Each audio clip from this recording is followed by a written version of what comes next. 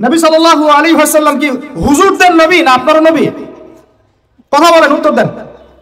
নবী সাল্লাল্লাহু আলাইহি ওয়াসাল্লাম কি হুজুরদের নবী না আপনারও নবী? তাহলে আপনার মধ্যে তার সুন্নাত থাকবে না কেন? আপনার চেহারায় দাড়ি নাই কেন? আপনার প্যান্টটা টাকনোর নিচে কেন? কেন আপনি নবী সাল্লাল্লাহু আলাইহি ওয়াসাল্লামের জীবনী সারা জীবনও একবার পড়ে দেখতে পারলেন না? নবী সাল্লাল্লাহু আলাইহি ওয়াসাল্লাম 23 বছর আপনার আমার জন্য কষ্ট করেছেন, মানুষের মার খেয়েছেন, গাল খেয়েছেন, তাকে 15 বার হত্যা করার চেষ্টা করা হয়েছে, তাকে দেশ থেকে বের করে দেওয়া হয়েছে, গলায় দড়ি পেঁচিয়ে টান দেওয়া হয়েছে, পিঠের মধ্যে উঠে নাড়ি ভুড়ি চাপানো হয়েছে, দাঁত ঘুষি মেরে দাঁত ফেলে দেওয়া হয়েছে, মাথা ফাটিয়ে দেওয়া হয়েছে, পা ভেঙে দেওয়া হয়েছে। কাদের জন্য? তার জন্য। তা আপনি আমি কেন তার জীবনী পড়ে দেখলাম না কখনো? কেন আপনার চেহারায় দাড়ি থাকবে না, আমার চেহারা দাড়ি থাকবে না? কেন আমাদের প্যান্ট টাকনোর নিচে উপরে থাকবে না? কেন আমাদের কথাবার্তা, চাল চলন, খাওয়া দাওয়া, ইস্তেঞ্জা করা, নামাজ পড়া, প্রতিটা অ্যাক্টিভিটি সুন্নাহ মাফিক কেন হবে না? এটা আপনাকে হুজুরকে শেখাতে হবে কেন? এটা তো আপনার দায়িত্ব, শেখা নিজের দায়িত্ব। আল্লাহ রাস্তায় বের হতে আপনাকে বলতে হবে কেন? নিজের তাগাদা থেকে আপনি বের হবেন। হুজুররা কবরে যাবে, আপনি যাবেন না? উত্তর দেন। হুজুররা, তোমরা উত্তর দাও, ছেলেরা, ইয়াং জেনারেশন তোমরা যারা আছো, হুজুররা কবরে যাবে, তোমরা আমরা যাব না? হুজুরদের নবী মুহাম্মদ সাল্লাল্লাহু আলাইহি ওয়াসাল্লাম আমাদের নবী নন? নবী সাল্লাল্লাহু আলাইহি ওয়াসাল্লাম শুধু সাহাবীদের জন্য আসছিলেন না আমাদের সবার জন্য আসছিলেন? নবী সাল্লাল্লাহু আলাইহি ওয়াসাল্লাম সারা জীবনে যে কষ্টগুলো স্বীকার করেছেন তা নিজের জন্য না আমাদের জন্য? কিয়ামতের মাঠে তার সুপারিশ ছাড়া আপনি পার পাবেন? তাহলে আপনাকে সুন্নাত কেন শেখাতে হবে? কেন আপনাকে মেসি নেইমারের হিস্ট্রি পড়াতে হয় না? আপনি তো নিজেই জানেন। কেন আপনাকে এই নায়িকাদের হিস্ট্রি পড়াতে হয় না? আপনি নিজেই জানেন, খোঁজ খবর নেন। কিন্তু মুহাম্মদ সাল্লাল্লাহু আলাইহি ওয়াসাল্লাম সম্পর্কে এত গাফেল কেন? সুন্নাত না জানলে বেদাত চিনবেন কিভাবে? সুন্নাত চিনলে পরে তো বেদাত চেনা যাবে যে এগুলো সুন্নাত, এগুলোর বাইরের গুলো বেদাত। তখন তো বেদাতের আলাদা করে সংজ্ঞা আপনাকে শেখাতেই হয় না। মুসলিম পরিবারে জন্ম নিয়েও তাওহীদ চিনতে পারছি না, শিরকের মধ্যে লিপ্ত আছে। সুন্নাত চিনতে পারছি না, বেদাতে লিপ্ত আছে। নামাজ, সুবহানাল্লাহ, মুসলিম পরিবারে জন্মগ্রহণ করে নামাজ পড়েন না কেন? নামাজ কি হুজুরদের উপর ফরজ? বলেন। আপনার বয়স কি 10 বছরের নিচে? তাহলে আপনি নামাজ পড়েন না কেন? ফরজ মানে কি? আপনি ইচ্ছা হইলে করলেন, ইচ্ছা হইলে করবেন না, নাকি? এটা ফরজ? ফরজ হয়তো বোঝেন। ফরজ কি? ওই যে প্রত্যেক রাতে যে মেয়ের সাথে খষ্টি নষ্টি না করলে আপনার ঘুম হয় না, ওইটা হচ্ছে ফরজ। স্কুলে কলেজে গিয়ে মেয়েদের সাথে অ্যাফেয়ার্স করা, ডেটিং করা, এই পাবজি খেলা, আমাদের সবার উপর এখন ইউটিউবিং, ফেসবুকিং ফরজ। ফরজ বোঝেন, এইভাবে বোঝেন, এগুলো হচ্ছে ফরজ আপনার উপরে। তো সালাত, হাইয়া আলা সালাত প্রত্যেক দিন আপনার কানে যায়, কেন সালাতে আসেন না? হাইয়া আলাল ফালাহ আপনার আমার কানে যায়, কেন সালাতে আসেন না? কখন সালাতে আসবেন? ছোট ভাইরা কখন সালাতে আসবেন? যখন আপনার বয়স হবে 50, ওই সময় এসে প্রথম কাতারে চেয়ার নিয়ে দৌড়াদৌড়ি করবেন। থাকে বয়স্করা, বৃদ্ধরা, যুবকরা নাই। আর ওই সময় চেয়ার নিয়ে মারামারি, কারণ এখন তো সেজদা দেওয়ার মতো শরীরে ক্ষমতা নাই। আর কে আগে চেয়ার দখল করতে পারে, ওই হচ্ছে প্রতিযোগিতা। তখন আপনারা কি, আমরা কি ওই সময়ের জন্য অপেক্ষা করছি? সুবহানাল্লাহ। নামাজ পড়লে কি আপনি জঙ্গি হয়ে যাবেন? নামাজ পড়লে আপনি কি মানবতা বিরোধী অপরাধী হয়ে যাবেন? এই ফাইজলামি মার্কে কথাবার্তা যারা বলবে সমাজ থেকে বয়কট করে দিবেন, একটা সামাজিক প্রতিবাদ গড়ে তুলবেন। এই শব্দগুলো সস্তা করতে করতে যাকে তাকে যা ইচ্ছা তাই বলে বেড়াচ্ছে। ধর্মের কথা, ইসলামের কথা বললেই মানুষ সন্ত্রাসী হয়ে যায়। আমরা কি শান্তিপূর্ণ পরিবেশের মধ্যে অশান্তি সৃষ্টি করতে চাই? কোশ্চিন কালেও নয়। কিন্তু আপনার ছেলে, আমার ভাই, আপনার বোন নামাজ পড়বে না কেন? নামাজ পড়লে কি মানুষ খারাপ হয়ে যাবে? বাংলাদেশে যে শিক্ষা প্রতিষ্ঠানগুলো সবচেয়ে ভালো করে, এই তো আপনাদের এখানে ক্যাডেট কলেজ আছে না, রেজাল্ট ওদের চেয়ে ভালো কেউ করে? দেখেন প্রত্যেকটা স্টুডেন্ট যাদের নামাজ ফরজ, নামাজ পড়ে ঠিকঠাক মতো, 5 ওয়াক্ত নামাজ টাইম টু টাইম পড়ে। 5 ওয়াক্ত নামাজ তারা টাইম টু টাইম পড়তে পারে, ফিজিক্যাল এক্সারসাইজ করে, খাওয়ার সময় খায়, খেলার সময় খেলে, ঘুমের সময় ঘুমায়, পড়ার সময় পড়ে। তারা ভালো করে না? ভাই মুসলিম পরিবারে জন্ম নিয়েও নামাজ পড়ি না। আরো বড় কথা তো বলতে বাকি আছে এখনো। মুসলিম পরিবারে জন্ম নিয়েও হালাল খায় না, বেশিরভাগই হারামের সাথে থাকে। আমাদের সমাজের ম্যাক্সিমাম সুদখোর এখন ম্যাক্সিমাম। আপনি 1 লক্ষ টাকা আর্ন করেছেন, রেখে দেন আপনার স্ত্রীর কাছে। 1 লক্ষ টাকা আর্ন করতে আপনার সময় লাগছে 12 মাস। প্রতিদিন শ্রম দিয়েছেন 10 ঘন্টা করে। ওয়াইফকে দিলেন, হে ফাতিমা, আয়েশা, মারিয়াম, হে খাদিজা, এই টাকাটা রেখে দাও, আমরা জমাই সেভ করি। তো সে মাশাআল্লাহ রেখে দিল। 10 বছর পর সে 1 লাখ টাকা বের করে আপনি দেখতে পাচ্ছেন, আরে 1 লাখ টাকা তো 1 লাখ টাকার মানে নাই, এর মান তো কমে 80,000 টাকা হয়ে গেছে। কথা বোঝা যায় না? মাথার উপর দিয়ে যায়? বুঝেন কিছু? ওই যে 20,000 টাকা আপনি হারালেন, ওই 20,000 টাকা আর্ন করতে আপনার সময় দেওয়া লাগে নাই, শ্রম দেওয়া লাগে নাই? তারপরে শ্রম আর সময় গেল কোথায়? আমি যদি আপনাকে বলি, ভাই আপনাকে আমি 1 মাস চাকরি দিলাম, আমার ফার্মে কাজ করেন, 1 মাস কাজ করে আপনার স্যালারি হতো 20,000 টাকা, তা আমি সেটা যদি না দেই, আমি কি জালেম না? আমাকে কি আপনি শ্রদ্ধা করবেন না পিটাবেন? বলেন। তো এখন যে আপনার এই যে 1 মাসের শ্রম যে চলে গেল, 20,000 টাকা নাই, কে নিল? এটা কি ভ্যানিশ হয়ে গেল আসমানে? ইনফ্লেশন যখন হয়, টাকার মান যখন কমে যায়, মনে রাখবেন কিছু কমলে কিছু বাড়ে। আপনার কমলে কারো বাড়ে, আপনার বাড়লে কারো কমে, এটাই নিয়ম। ব্যবসা করছেন আপনি, আপনি লাভ করলে কেউ লস করবে, কেউ লস করলে আপনি লাভ করবেন।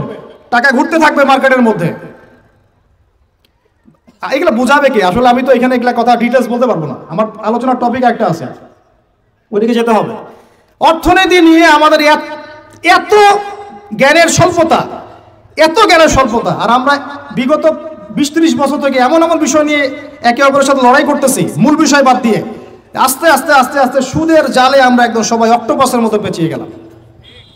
এগুলো যখন আমরা মানুষকে কিছু বোঝানোর চেষ্টা করি, এক শ্রেণীর ঘুমটাওয়ালা আছে, নাম শুনলেই পিছন দিয়ে দৌড় দেয়। এরকম অনেকগুলো পতিতামে একটা জায়গায় থাকে, মানুষ ওখানে গিয়ে রাত কাটায়। এটা বলে পতিতালয়। এখানে কেউ ম্যানেজার, এখানে কেউ আগিয়ে দেয় দালাল, এখানে কেউ দরজায় দাঁড়িয়ে থাকে সিকিউরিটি গার্ড, এখানে কেউ মনে করেন রেজিস্টার নেয় লিখে। বুঝতে পারছেন? এরকম একটা সিস্টেম চলছে মনে করেন। এখানে আল্লাহ না করুক, এখানে একটা কিছু আছে। তো এখন এই প্রতিষ্ঠানে যে ব্যক্তি লিখে, এই পতিতালয় যে ব্যক্তি পতিতাদের লিস্ট করে, কি করে? ওই ব্যক্তি দাওয়াত করলে আপনি দাওয়াত খাবেন কিনা? বলেন, আমাকে বলেন। ওই ব্যক্তি আপনাকে খাবার দাওয়াত করেছে, আপনি খাবেন কিনা? ওখানকার ম্যানেজার, যে ওটা ম্যানেজার, পতিতালয় ম্যানেজার, যে সে ম্যানেজ করে কার পরে কে যাবে, কাস্টমার আসলে ডিল করে, আপনি ওই ম্যানেজারের বাসায় খাবেন কিনা? বলেন। আর কেউ আছে ওখানে পতিতা, সে আপনাকে ইনভাইট করেছে, খাবেন কিনা? আর একজন ব্যক্তিকে আপনি স্পষ্ট দেখলেন, সে সেখানে ঢুকলো, কাজ করলো, বের হইলো, ওর বাসায় খাবেন কিনা? এখন হাদিস শোনেন, এবার হাদিস শোনেন। নবী সাল্লাল্লাহু আলাইহি ওয়াসাল্লাম বলেছেন, বলেন সাল্লাল্লাহু আলাইহি ওয়াসাল্লাম, 4 শ্রেণীর মানুষকে আমি সমানভাবে অভিশাপ করে গেলাম। আমার সাথে বলেন তো কি বললাম? আরো জোরে বলেন। 4 শ্রেণীর মানুষকে আমি সমানভাবে অভিশাপ করে গেলাম। 1, যে ব্যক্তি সুদ খায়। 2, যে ব্যক্তি সুদ দেয়। 3, যে ব্যক্তি সাক্ষী থাকে। 4, যে ব্যক্তি লিখে রাখে। আর নবীজি বলেছেন, 1 দিরহাম সুদ যে খায়, সে যেন 36 বার জেনা করলো। এখন বলেন, আপনি সারা জীবন পড়াশোনা করে যে জবটার পিছনে ছুটছেন, আপনার জবটা এর মধ্যে পড়ে কিনা? আমি কি বুঝাতে পারলাম? এরপরেও যদি না বুঝেন, আর কিচ্ছু বলার নাই। ছোট্ট একটা হালাল ব্যবসা করেন, ছোট্ট একটা হালাল কৃষিকাজ করেন, মাথার ঘাম পায়ে ফেলে খান, একটা বই লিখেন, বই লিখে হাদিয়া নেওয়া যায়, সমস্যা নাই। অথবা আপনি মাদ্রাসায় পড়ান, মাদ্রাসায় পড়িয়ে আপনি মাসিক অনারিয়াম নিতে পারবেন, সমস্যা নাই। বা সরকারি কোনো জব করেন, সৎ থাকেন, দুর্নীতি করেন না, ঘুষ খায়েন না, যতটুকু সরকার দিচ্ছেন নিয়ে নেন, ব্যাস, ঠিক আছে, কোনো সমস্যা নাই। মালের যাকাত আদায় করেন, যার যার হক তাকে তাকে দেন, ইনশাল্লাহ কোনো প্রবলেম নাই। আল্লাহর দোহাই লাগে ভাই সুদের কাছে যায় না। আল্লাহর দোহাই লাগে ভাই কিসের কাছে যায় না? আমার সাথে বলেন, আমরা সুদ থেকে তওবা করতেছি। হে আল্লাহ, আমরা সুদ থেকে তওবা করছি। হে আল্লাহ, আমরা শিরক থেকে তওবা করছি। হে আল্লাহ, আমরা বেদাত থেকে তওবা করছি। আমরা হারাম খাওয়া থেকে তওবা করছি, জিনা থেকে তওবা করছি, আমরা ব্যভিচার থেকে তওবা করছি, বেনামাজি থেকে তওবা করছি, যাকাত না দেওয়া থেকে তওবা করছি, সমস্ত কবিরা গুনাহ থেকে তওবা করছি। অটল থাকতে পারবেন তো ইনশাআল্লাহ? যদি ওয়াজ এক কান দিয়ে ঢুকে আর এক কানে বের করে দেন, আমার এখানে আসাও মূল্যহীন, আপনার এখানে আসাও মূল্যহীন। এই আয়োজনের কোনো মূল্য থাকবে না। বরং কালকে আমাদের মাঠে এই মাটিটা যেখানে বসে আছি আমরা এখন, এই আমার চেয়ারের নিচের মাটি, আপনার বসার স্থানের নিচের মাটি আল্লাহর কাছে অভিযোগ পেশ করবে। এইখানে এই আলোচনা হয়েছিল, তারপরেও তারা সংশোধিত হয় নাই। আর আমার জন্য আরো বড় বিপদ। দোয়া করবেন যেন আমি এই বিপদ থেকে নিজেকে রক্ষা করতে পারি। যা বলেছি তার উপরে নিজেকে আমল করতে হবে। আল্লাহ পাক আমাকে তৌফিক দান করুন, আপনাদের সবাইকে তৌফিক দান করুন। মুসলিম পরিবারে জন্ম নিয়ে ভাই ইসলামের মর্মটা বোঝার চেষ্টা করি। আল্লাহ পাক তৌফিক দান করুন।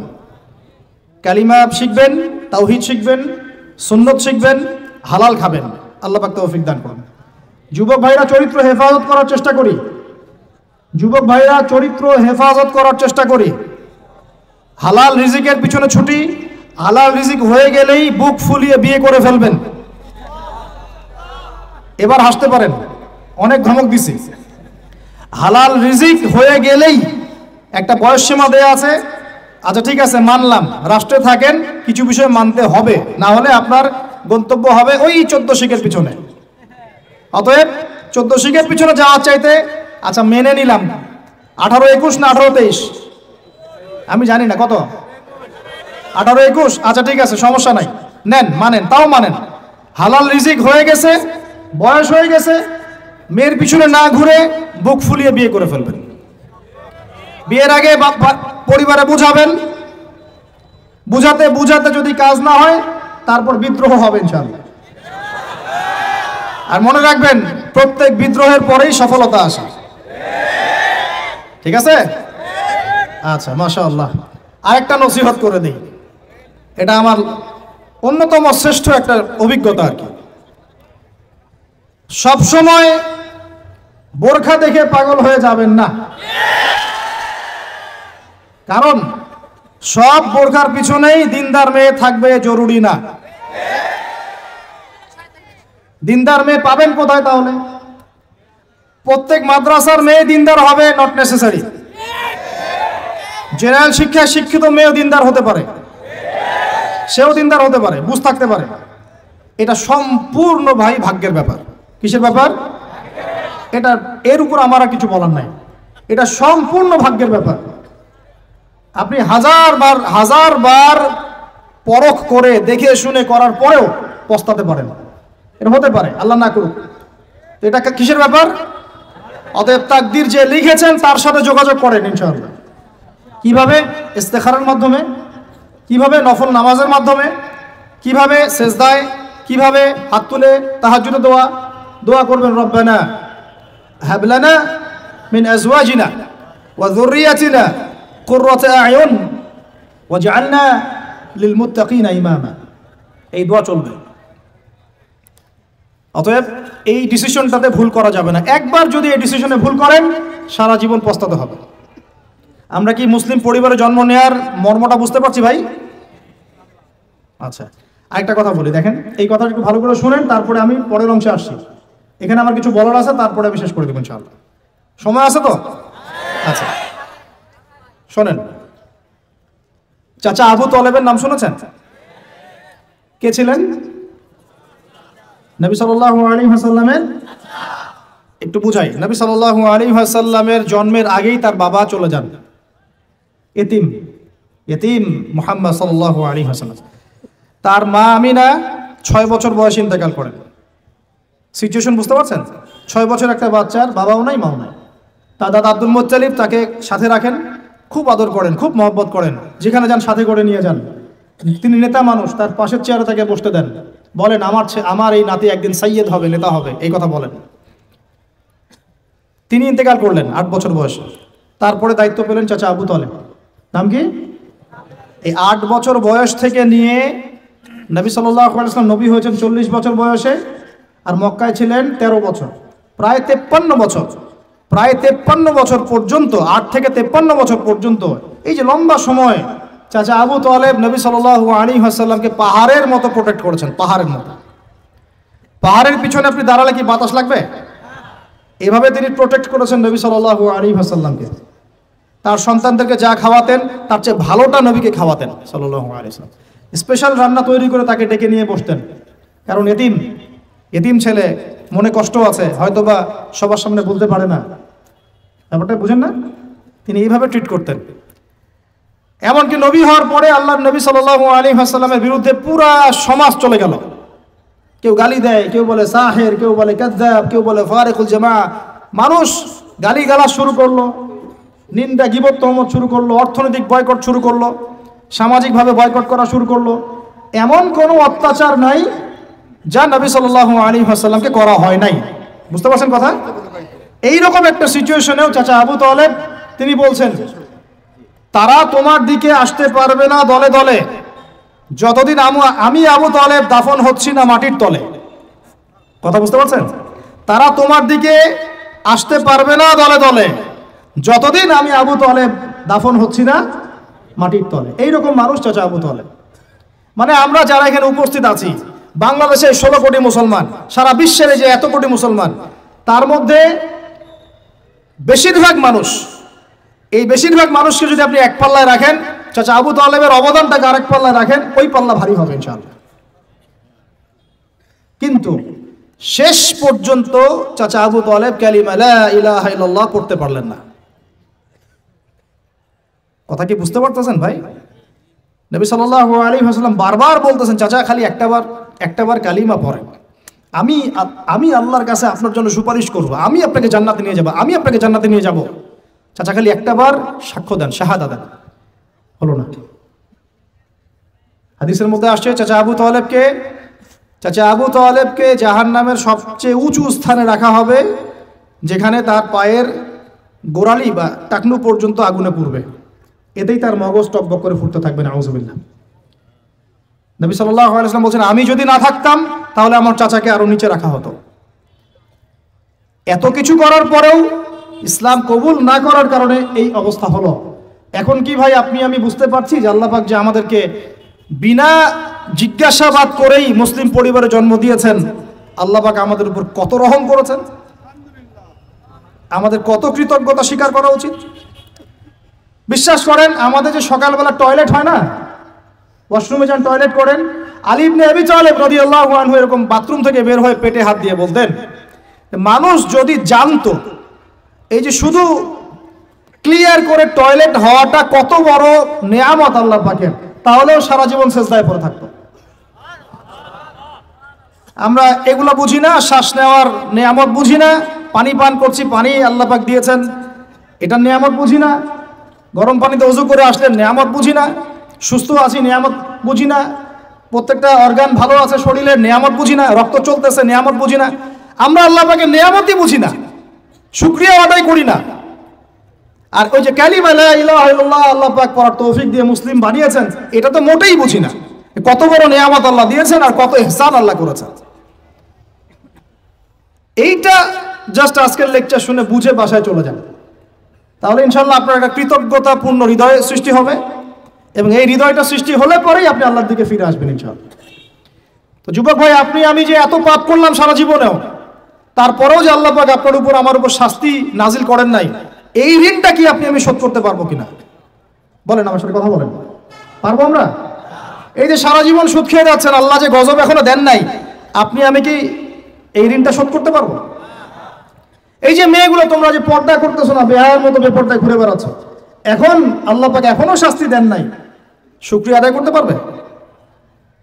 এতদিন চলে গেল, শত শত রাকাত নামাজ বাকি আছে, রোজা বাকি আছে, হজ ফরজ হয়েছে, হজ করেন না, যাকাত সেই কবে ফরজ হয়েছে, যাকাত দেন না, আল্লাহর জন্য একটু দান সাদাকা করবো, একটু মসজিদ মাদ্রাসায় কন্ট্রিবিউট করবো, ইত্যাদি ইত্যাদি সমাজ কল্যাণমূলক কাজ করবো, করছি না। আল্লাহ যে এখন পর্যন্ত এইভাবে সুস্থ রেখেছেন, নেয়ামতের শুকরিয়া আদায় করতে পারবো আমরা? আল্লাহ পাক বলেছেন লা ইন শাকারতুম লা ইয়াজিদান্নাকুম, কৃতজ্ঞ হও নিয়ামত বাড়িয়ে দিব ইনশাআল্লাহ। কৃতজ্ঞতা একটা দোয়া আমার সাথে পড়েন, আলহামদুলিল্লাহ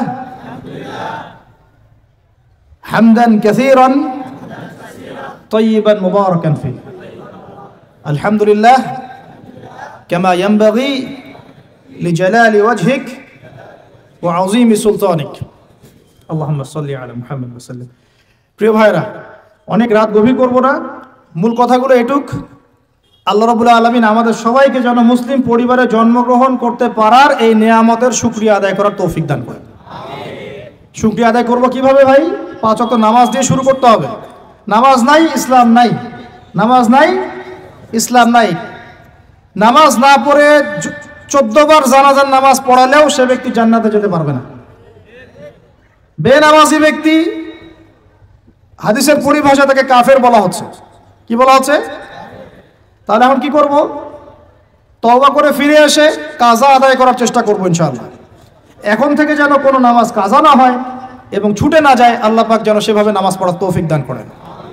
এবং নামাজ 4G 3G 5G হবে না, নামাজ ধীর স্থিরভাবে হবে। প্রত্যেকটা বিষয় উপলব্ধি করে সালাত আদায় করবো ইনশাআল্লাহ তাআলা। আর নামাজের মধ্যে আমরা যা পড়ি এর অর্থগুলো বোঝার চেষ্টা করবো ইনশাআল্লাহ। ঠিক আছে ভাই? নামাজ দিয়ে শুরু হবে, দেন তলাবুল ইলম, ইলম অর্জন করবেন। এই ইলম নিয়ে কথা বলে শেষ করে দিব। ইলম অর্জন করবেন কি না? ইলম অর্জন করা মুস্তাহাব না নফল না সুন্নাহ? নবী সাল্লাল্লাহু আলাইহি ওয়াসাল্লাম বলেছেন তলাবুল ইলমি ফরিদাতুন আলা কুল্লি মুসলিম, প্রত্যেক মুসলমানের উপরে দ্বীনের জ্ঞান অর্জন করাটা ভাই কি? ফরজ। তাহলে আমরা জ্ঞান অর্জন করবো তো ইনশাআল্লাহ। ডক্টর হতে বাধা নাই, ইঞ্জিনিয়ার হতে বাধা নাই, রাজনৈতিক নেতা হতেও কোনো বাধা নাই, অর্থনীতিবিদ হতে কোনো বাধা নাই, কিন্তু কোরআন সুন্নাহর শিক্ষা বিবর্জিত করে নয়। কোরআন সুন্নাহর শিক্ষাকে বুকে ধারণ করেই একদম ছোটবেলা থেকেই কোরআন শিখতে হবে। আল্লাহ পাক তৌফিক দান করুন। আর কোরআন শিখতে হবে মানে শুধু এটা নয় যে বিশুদ্ধ কোর্স হয়, এগুলো করেন। অ্যাটলিস্ট কোরআন বোঝার জন্য যতটুকু আরবি দরকার, যতটুকু ভাষা জ্ঞান দরকার, ব্যাকরণ দরকার, এইটুকু অর্জন করেন। আমি আপনাকে মুফতি মুহাদ্দিস হতে বলছি না। পারবেন কিনা ভাই? পারা যাবে তো ইনশাআল্লাহ। আল্লাহ পাক তৌফিক এনায়েত করুন, বলি আমিন। কোরআনের ভাষার ভিতরে ঢুকতে না পারলে ভাই আপনি কোরআনের স্বাদ অনুভব করতে পারবেন না, স্বাদ অনুভব করতে পারবেন না। আল্লাহ বলছেন লাউ আনজালনা হাযাল কুরআন আলা জাবাল লা রাআইতাহু খাশিআম মুতাসাদ্দিআন মিন খাশিয়াতিল্লাহ। কোরআনকে তোমার সিনায় নাজিল না করে পাহাড়ে নাজিল করলে পাহাড় আল্লাহর ভয়ে নতজানু হয়ে যেত, থরথর করে কাঁপতো। তো সেই কোরআন আমরা তেলাওয়াত করে কখনো চোখ দিয়ে পানি বের হয় না? হয় না? বের হয় না? হয় না? কখনো হয় না। কারণ কোরআন পড়েও আমরা উপলব্ধি করতে পারি না, অর্থ জানি না। কোরআন পড়েও অর্থ বুঝি না বলেই কখনো চোখ দিয়ে পানি বের হচ্ছে না। দোয়াগুলো পড়ছি অর্থ বুঝি না বলেই দোয়ার মধ্যে স্বাদ আসে না, সেই নূর পাই না, সেই মারেফত অর্জিত হয় না। আর আস্তে আস্তে এই শিক্ষাগুলো থেকে আমাদেরকে সরিয়ে দেওয়া হচ্ছে। ব্যক্তিগত উদ্যোগে হোক, যেভাবে হোক, আপনাকে কোরআন শিখতেই হবে। এই তাগাদা আপনার, এই ফিকির আপনার। ইনশাআল্লাহ ফিকির আপনি করেন, রাস্তা আল্লাহ দেখাবেন ইনশাআল্লাহ। আল্লাহ পাক তৌফিক দান করুন। এর পাশাপাশি আল্লাহ ওয়ালাদের সাথে থাকবো, সুন্নাহ ভিত্তিক জীবনযাপন করবো ইনশাআল্লাহ। রাজি আছি তো ইনশাআল্লাহ? সবার চেহারায় দাড়ি থাকবে তো ইনশাআল্লাহ? প্যান্ট টাকনুর উপরে উঠবে তো ইনশাআল্লাহ? আমরা হারাম সম্পর্কগুলো ত্যাগ করতে পারবো তো ইনশাআল্লাহ? হালাল সম্পর্কে থাকবো তো ইনশাআল্লাহ? হালাল রিজিক খাবো তো ইনশাআল্লাহ? সুদের কাছে যাব? জেনার কাছে যাব? ঘুষের কাছে যাব? আমরা দুর্নীতি করব? আমরা পিতামাতাকে অপমান করব? আমরা কি কোরআন এবং হাদিসের শিক্ষাকে বাদ দিয়ে শিক্ষা অর্জন করব? আল্লাহ পাক যে কথাগুলো আমরা বললাম তার উপরে আমল করা তৌফিক দান করুন। ওয়াল্লাহু শাহীদুন বাইনি ওয়া বাইনাকুম। ঠিক আছে? আল্লাহ আমার এবং আপনাদের মাঝখানে সাক্ষী। ওয়া হুয়া শাহীদুন বাইনানা ওয়া কাফা বিল্লাহি শাহীদা। আল্লাহ পাকই আমাদের সাক্ষী, তিনিই সাক্ষী হিসেবে যথেষ্ট। ঠিক আছে? এবার আসেন শেষ পয়েন্ট। আমাকে বলেন, আল্লাহর নবী সাল্লাল্লাহু আলাইহি ওয়াসাল্লাম যেই যুগে জন্ম নিয়েছেন, যুগটার নাম কি বলেন? এখন শোনেন, ওই যুগে শিরক ছিল। কি ছিল? ওই যুগে সুদ ছিল। কি ছিল? ওই যুগে জেনা ছিল। কি ছিল? ওই যুগে মারামারি দাঙ্গা হাঙ্গামা ছিল। ঠিক আছে? ওই যুগে মাদক ছিল আর নারী জাতির অবমাননা ছিল। এখনকার যুগে আছে না নাই? বেশি না কম? অনেক বেশি না অনেক কম? আচ্ছা, ওই সমাজটা আল্লাহর নবী পরিবর্তন করেছেন কিনা? কত বছর সময় লাগছে? কত বছর? মাত্র 23 বছর। যার প্রথম 13 বছর মক্কায়, পরের 10 বছর বলেন, প্রথম 10 বছর মক্কায়, পরের 10 বছর মদিনায়। নিজের মন গড়া বুদ্ধি দিয়ে করেছেন না আল্লাহর ওহী দিয়ে করেছেন?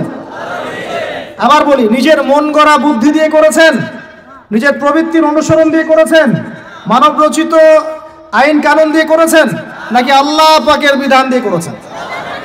আল্লাহ পাকের সেই বিধানের নাম কি? তাওরাত, জাবুর, ইনজিল না কোরআন?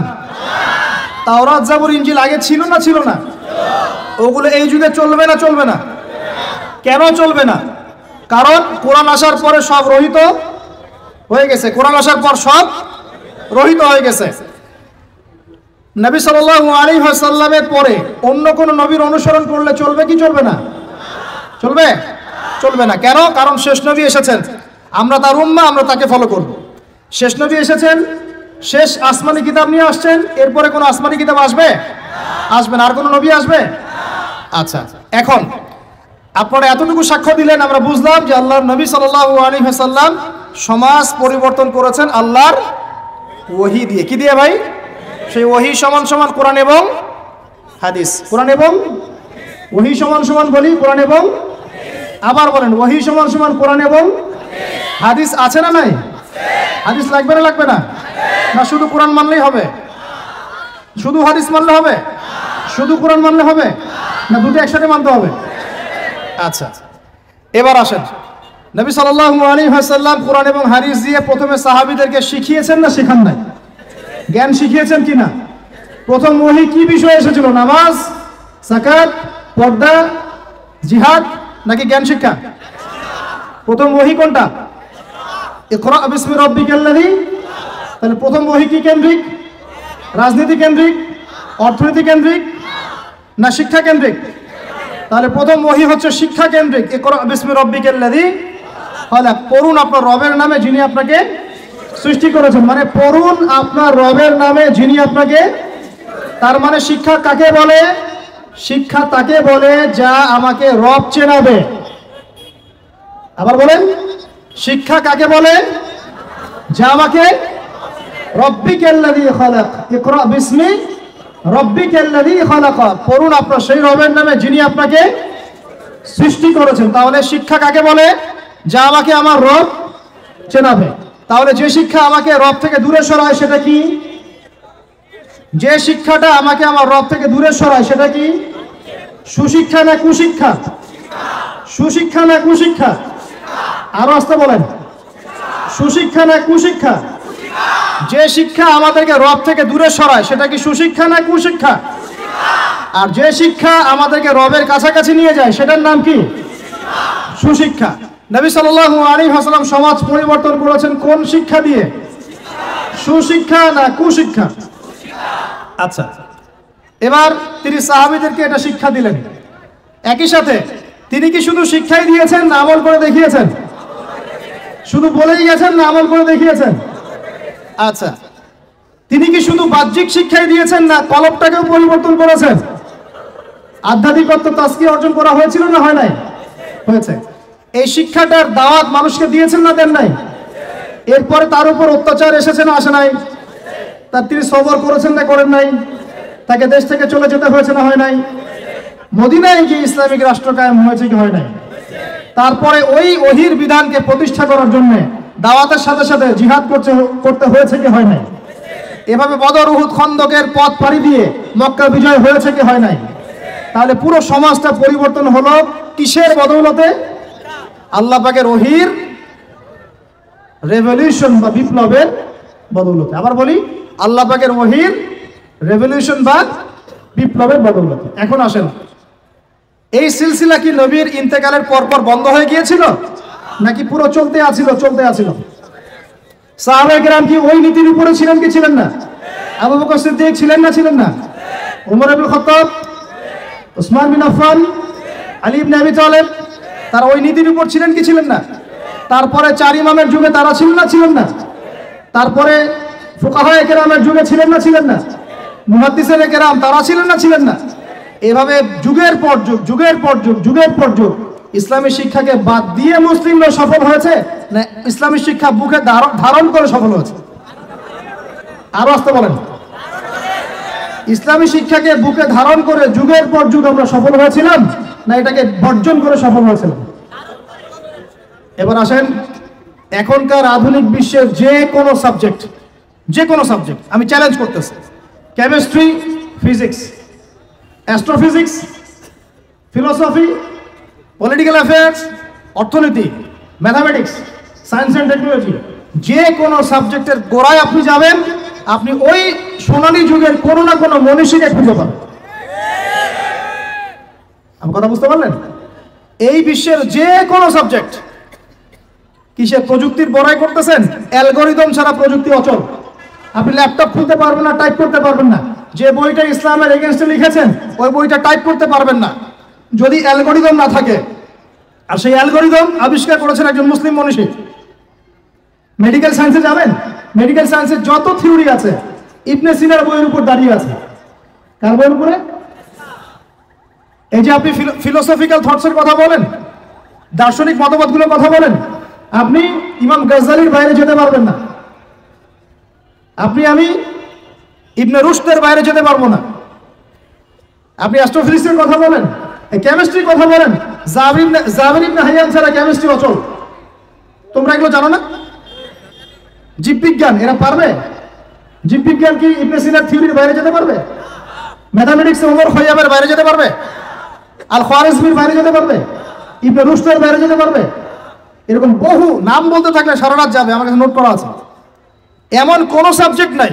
এখনকার বিশ্বের চলমান শিক্ষানীতি নিয়ে এত কথা বলছেন, শিক্ষানীতি এইটা ওইটা, ইসলাম, সেকুলারিজম, ডেমোক্রেসি ইত্যাদি, কোন সাবজেক্ট আপনি এই বিশ্বে চালাতে পারবেন না যে সাবজেক্টের গোড়ায় কোনো না কোনো মুসলিম মনীষীকে খুঁজে পাবেন। বিশ্বকে আমরা করে দিলাম, বিশ্বকে কারা করে দিল? এইভাবে 1-2 বছর নয়, প্রায় 1200 বছর। কত বছর? প্রায় 1200 বছর এই পুরো বিশ্বটাকে আমরা শাসন করেছি। শুধু শিক্ষানীতি নয়, আমরা অর্থনীতি শাসন করেছি, আমরা পলিটিক্যাল অ্যাফেয়ার শাসন করেছি, রাজনীতি শাসন করেছি। ওরা আমাদের জমিতে থাকতো, ট্যাক্স দিয়ে, কর দিয়ে থাকতো। ওরা ইহুদি খ্রিস্টানরা আমাদের জমিতে থাকতো ট্যাক্স দিয়ে, কর দিয়ে। আর আজকে আমাদের ওদের কাছে লোন চাইতে হয়, ওরা শর্ত আরোপ করে। কোথায় আসছে আমরা চিন্তা করছেন? ইতিহাস সেই কবে ভুলে গেছে। শিক্ষার আপনি যে সেক্টরে যাবেন, আপনি গিয়ে দেখবেন সেখানে কোনো মুসলিম মনীষীর অবদান আছে। আপনি আল খাওয়ারিজমি বাদ দিয়ে, ইবনে রুশদকে বাদ দিয়ে, ইমাম গাজ্জালিকে বাদ দিয়ে, জাবির ইবনে হাইয়ানকে বাদ দিয়ে, ইবনে সিনাকে বাদ দিয়ে, এনাদেরকে বাদ দিয়ে আপনি সাহিত্য খুঁজে পাবেন না, আপনি দর্শন খুঁজে পাবেন না, আপনি ম্যাথামেটিক্স খুঁজে পাবেন না, কেমিস্ট্রি, ফিজিক্স, সায়েন্স খুঁজে পাবেন না। এখন আমাকে বলেন, ওই সময়কার এই মনীষীরা কি ইসলামী শিক্ষাটাকে বাদ দিয়ে শুধুমাত্র বৈষয়িক শিক্ষায় শিক্ষিত ছিলেন? না, ইসলামী শিক্ষার সাথে বৈষয়িক শিক্ষা দুটোই শিখেছেন। কোনটা বলেন? কথা বলেন। একটা শিখেছেন না দুটোই শিখেছেন? এখন এই সিলসিলা চলতে চলতে চলতে এই 1914 সাল থেকে নতুন একটা নিউ ওয়ার্ল্ড অর্ডার শুরু হলো। শব্দটা কি বললাম? New world order. New world order আসলে 1914 থেকে না, আমি ভুল বলেছি, এটা ফরাসি বিপ্লব থেকেই শুরু হয়েছে। আর ফরাসি বিপ্লব হয়েছে 1789 না, 1789। এই যে 221 বছরের মতো এই সময়টুকুতেই নতুন একটা ওয়ার্ল্ড অর্ডার এসেছে। এই করতে করতে করতে শিক্ষা এখন 2 ভাগে ভাগ হয়ে গেছে। কয় ভাগে ভাই? একটা জেনারেল স্কুল অফ থট বা সেকুলার স্কুল অফ থট, একটা হলো ইসলামিক স্কুল অফ থট। আমার সাথে বলেন, একটা সেকুলার স্কুল অফ থট, একটা Islamic school of thought. Secular school of থটটা এমনভাবে সাজানো হচ্ছে, শুরুতে বলেছি 20 বছর পড়বেন, 20টা সূরা মুখস্থ করতে পারবেন না।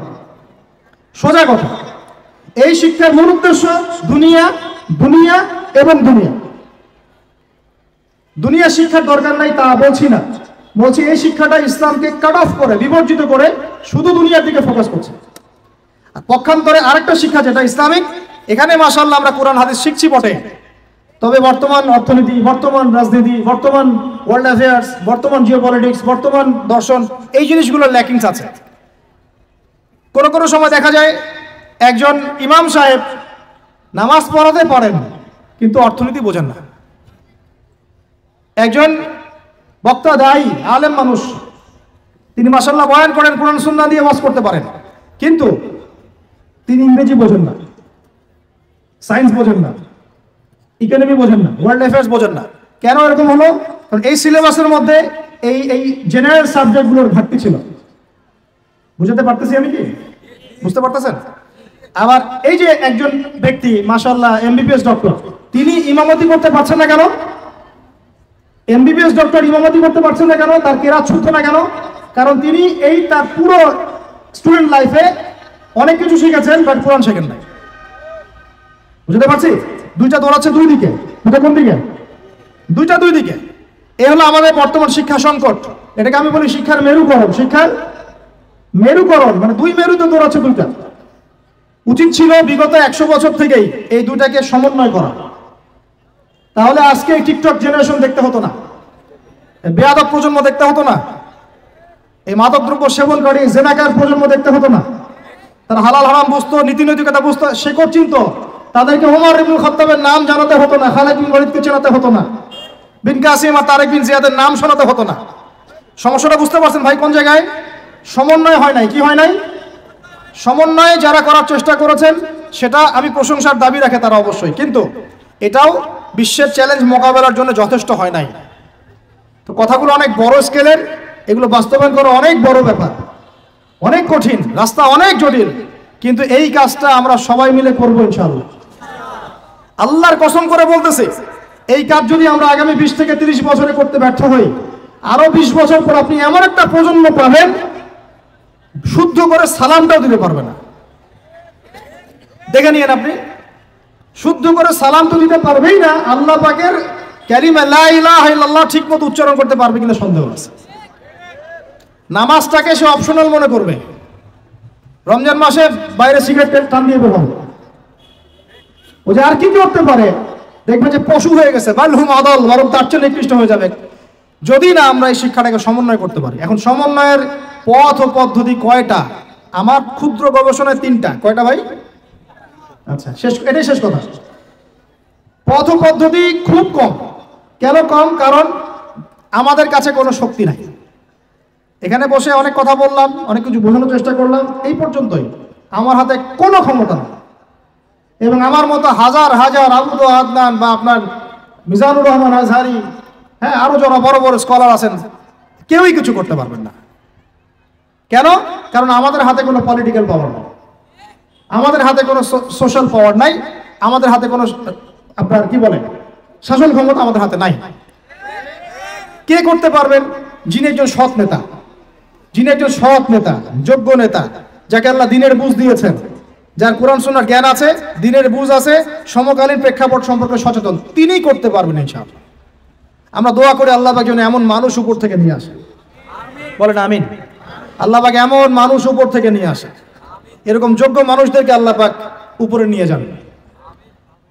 কেন পারবেন? উপর থেকে ঢেলে একটা শিক্ষানীতি চালু করতে পারবেন, তিনি মানুষকে ফোর্স করতে পারবেন এই শিক্ষানীতির উপর আমার জাতি চলবে, যেখানে জেনারেল শিক্ষা, ইসলামিক শিক্ষার একটা সর্বোচ্চ সমন্বয় থাকবে। এরকম কোন নেতা আসলে পরে প্রত্যেকটা স্কুলে, প্রত্যেকটা কলেজে, প্রত্যেকটা বিশ্ববিদ্যালয়ে ইনশাআল্লাহ দেখবেন ইসলামী শিক্ষা ঢুকে গেছে ইনশাআল্লাহ। একই সাথে প্রত্যেক মাদ্রাসায় বর্তমান যুগোপযোগী জ্ঞানগুলো ঢুকে যাবে ইনশাআল্লাহ।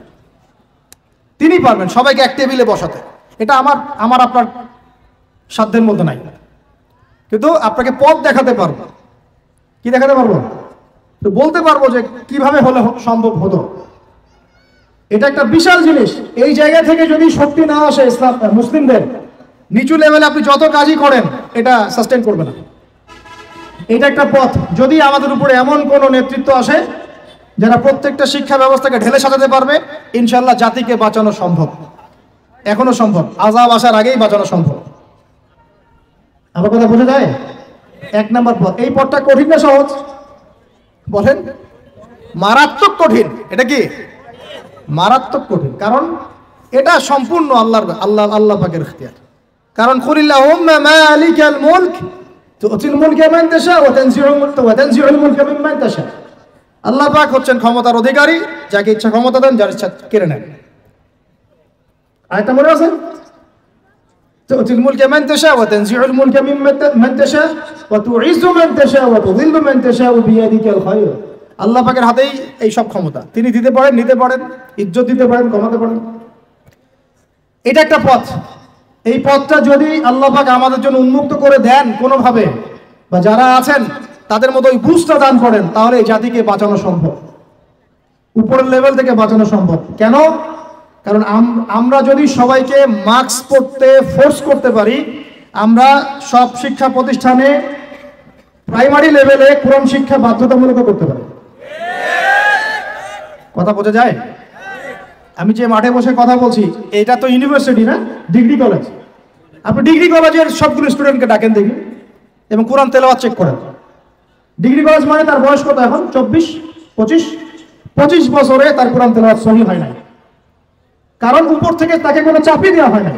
তার সিলেবাস ওটা ফোর্সফুল, বাধ্যতামূলক ছিলই না কখনো। ওই জন্য কি আরো করে নাই, ও সিলেবাসে আমি পড়বো কেন? সেটা পড়াশোনা করতেছে চাকরির জন্য। বুঝতে পারেন কথা?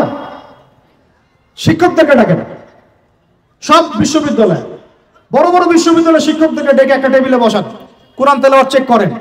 90% তেলাওয়াত ঠিক থাকবে না।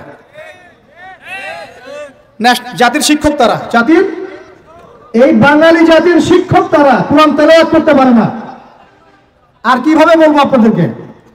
তাদের হাতে জাতি করতেছে, এই জাতির কারিগর তারা, তারা কোরআন তেলাওয়াত করতে পারে না। সুবহানাল্লাহ। এটা অবাক করার বিষয়। অবাক হলে নবীজি বলতেন সুবহানাল্লাহ, অবাক হলে নবী বলতেন কি? সুবহানাল্লাহ, সুবহানাল্লাহ। তারা জাতি করতেছেন, কারিগর, কোরআন তেলাওয়াত করতে পারেন না। সংকট কি বুঝতে পারেন? সংকট কোন জায়গায়? তাহলে প্রথম যেটা, এটাই একমাত্র সবচেয়ে সেরা পথ। যদি আল্লাহ পাক এমন কাউকে নিয়ে আসেন যার মাথায় এই বুঝটা থাকবে ইনশাআল্লাহ, সে যদি উপর থেকে সুন্দর মতো সব ঢেলে সাজায়, প্রত্যেকটা ঘর থেকে কোরআনের আওয়াজ আসবে ইনশাআল্লাহ। তখন আলাদা করে আপনাকে মাদ্রাসা খুলতে হবে না। দরকার আছে মাদ্রাসা খোলা? কারণ সব তো উপর থেকেই হচ্ছে। একটা এক্সাম্পল দেই, জাস্ট একটা দিচ্ছি ভাই। মালয়েশিয়ায় ক্লাস 10 পাস একটা ছেলে ইমামতি করতে পারে। মালয়েশিয়ার ক্লাস 10 পাস করা একটা ছেলে ইমামতি করতে পারে। সে কোনো মাদ্রাসায় পড়ে নাই, স্কুলেই শিখেছে। কোথায়? স্কুলে। মালয়েশিয়া পিছিয়ে গেছে, অর্থনীতিতে পিছিয়ে গেছে, ওয়ার্ল্ড অ্যাফেয়ার্সে পিছিয়ে গেছে, জিও পলিটিক্সে পিছিয়ে গেছে, ওর জিডিপি কমে গেছে। আর কিভাবে বুঝাবো বলেন? আর কিভাবে বুঝাবো? 2 নম্বর পথ, এই দুটো বলে শেষ করছি ভাই। 2 নম্বর পথ হচ্ছে, যদি এরকম কোনো উদ্যোগ না নেওয়া হয়, তাহলে মাদ্রাসা শিক্ষায় যা চলছে এখানেই আমাদের সংযুক্ত থাকা এবং ছেলে মেয়েদেরকে এখানে সংযুক্ত রাখা। তবে এই শিক্ষায় একটা জিনিসকে সংশোধন করা দরকার, সেটা হলো যুগোপযোগী জেনারেল শিক্ষাগুলোকে ঢোকানো দরকার। না হলে আমাদের হাতে কোরআন থাকবে আর এক হাতে হাদিস থাকবে, তারপরেও আমরা চলমান সংকটগুলোকে সমাধান করতে পারবো না। কারণ অঙ্ক, গণিত, ইংরেজি, জিও পলিটিক্স, অর্থনীতি এগুলো তো আমরা জানি না। কোরআন পড়তেছি যে দাওয়াত খাচ্ছি 40 স্কুলখানি। বুঝতে পারেন না কথা? এটাও সমস্যা। তো এখানেও একটা মানে সংশোধন বা রেভলিউশন দরকার। এটা নিয়ে ওলামায়ে কেরাম বুঝবেন, তারা বুঝবেন। এটা আমাদের পক্ষ থেকে জোরালোভাবে কিছু বলা যাবে না।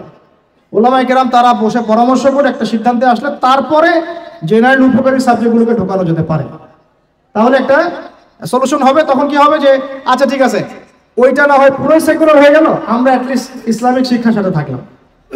এই তো। আর 3 নম্বর যেটা, যে নতুন নতুন শিক্ষা প্রতিষ্ঠানগুলো বিভিন্ন জায়গায় যদি গড়ে তুলতে পারেন, যেখানে নতুন করে আপনি সিলেবাস প্রণয়ন করতে পারেন, জেনারেল শিক্ষা এবং ইসলামী শিক্ষার সমন্বয় থাকবে, একদম প্লে গ্রুপ থেকে শুরু করে বা নুরানি থেকে শুরু করে মাস্টার্স পর্যন্ত, দাওরা হাদিস পর্যন্ত গ্র্যাজুয়ালি আমার ছেলে মেয়ে পড়াশোনা করবে। সে মাশাআল্লাহ জেনারেল সাবজেক্টও শিখবে, ইসলামিক সাবজেক্টও শিখবে, হাফেজও হবে, এদিকে মাশাআল্লাহ এদিকে মাশাআল্লাহ ভালো করবে, ডক্টর হবে মাশাআল্লাহ, হাফেজও হবে, পাইলট হবে, ইঞ্জিনিয়ার হবে মাশাআল্লাহ, এদিকে দেখা যাবে সে ফকিহ হয়ে গেছে মাশাআল্লাহ। তো এটা নতুন করে করা সম্ভব। এই কারণেই আমি আমার কনফিডেন্স থেকে বলছি, খয়রুল কুরুন, সবচেয়ে শ্রেষ্ঠ যুগে এভাবেই মানুষ শিখেছে। খয়রুল কুরুনে কোনো বিশ্ববিদ্যালয় ছিল না, কোনো স্কুল কলেজ এগুলো ছিল না। একজন ছাত্র একজন আলেমের কাছে গিয়ে কোরআন হিফজ করতেন, হেফজ শেষ আরেকজনের কাছে আরবি ভাষা শিখতেন, শেষ আরেকজনের কাছে গিয়ে নাহু সরফ শিখতেন, শেষ আরেকজনের কাছে উসুল শিখতেন, আরেকজনের কাছে ফিকহ শিখতেন, তারপরে গিয়ে অন্যান্য সেক্টরগুলোতে চলে যেতেন। তাদের ভিত্তির উপরে এই সভ্যতা দাঁড়িয়ে আছে। তো এটাকে নতুন করে আবার চালু করা সম্ভব নতুন নতুন প্রতিষ্ঠান গড়ে তোলার মধ্য দিয়ে। তবে কাজটা বলার চেয়ে করা কঠিন, বলার চেয়ে করা কঠিন। কারণ আমাদের মধ্যে অনেক সমস্যা, আমরা সবাই তাকায় থাকি মানুষের দিকে, সে করবে আমি গিয়ে ভোগ করব। আপনার যদি আপনার সন্তানকে নিয়ে এতই ফিকির থাকে, আমার সন্তানের ভবিষ্যৎ নিয়ে আপনি এতই চিন্তিত থাকেন, তা আপনি কেন একটা মাদ্রাসা করতেছেন না, বা আপনি কেন একটা স্কুল করতেছেন না, বা আপনি কেন শিক্ষার সমন্বয় নিয়ে কথা বলছেন না, ভাবছেন না? আপনি কেন আপনার অর্থ কোরবানি করছেন না, কেন আপনার জায়গা কোরবানি করছেন না? এই উম্মার সব দায়িত্ব কি গুটি কয়েক মানুষের উপরেই? বলেন, এই উম্মতের সব দায়িত্ব কি গুটি কয়েক মানুষের উপরেই? এই কয়েকজন মানুষ আপনাকে কি করতে পারবে? আমাদের হাতে কি করার ক্ষমতা আছে? সর্বোচ্চ বলা ছাড়া কিচ্ছু করার ক্ষমতা নাই। আর আপনাকে চিন্তা করতে হবে আপনার সন্তানের ভবিষ্যৎ কোন দিকে নেবেন, কোন প্রতিষ্ঠানে পড়াবেন, কোন সিলেবাসে পড়াবেন, নাকি নাস্তিক বানাবেন। মনে রাখবেন, মানুষ মরে গেলে তার আমল নামা কেটে যায়। ইল্লা সালাস, তিনটা চালু থাকে, সাদাকায়ে জারিয়া, প্রথম সাদাকাতুন জারিয়াতুন, সাদকায়ে জারিয়া। এরকম প্রতিষ্ঠানগুলো এবং এই রেভলিউশন ইলমি মেহনতগুলো প্রত্যেকটাই সাদকায়ে জারিয়া হবে ইনশাআল্লাহ। 2 নাম্বার কি? ওয়ালাদুন সালেহ, নেককার সন্তান। নেককার সন্তান কখন তৈরি হবে? যখন এরকম প্রতিষ্ঠান গড়ে তুলবেন তখনই তো। আরেকটা হলো আল ইলমুন ইউনতাফাউ বিহিন নাস, এমন জ্ঞান যা দিয়ে মানুষ উপকৃত হয়। এটাও তো পড়ে গেল ইসলামী শিক্ষার রেভলিউশনের মধ্যেই। আল্লাহ রাব্বুল আলামিন আমাদেরকে আলোচনা শুনে বুঝে আমল করার তৌফিক দান করুন। এই বিষয়গুলো নিয়ে ভাববেন। আল্লাহ পাক আপনাদের সবাইকে বোধ শক্তি দিয়েছেন। ইসলাম কারোর উপর চাপিয়ে দেওয়া ধর্ম নয়। আমরা শুধুমাত্র বলে গেলাম, যাচাই করে হককে হক মেনে, বাতিলকে বাতিল মেনে আমল করার দায়িত্ব আপনার। আল্লাহ রাব্বুল আলামিন আমাদের সবাইকে কথাগুলো বোঝার ও আমল করার তৌফিক দান করুন। আমিন।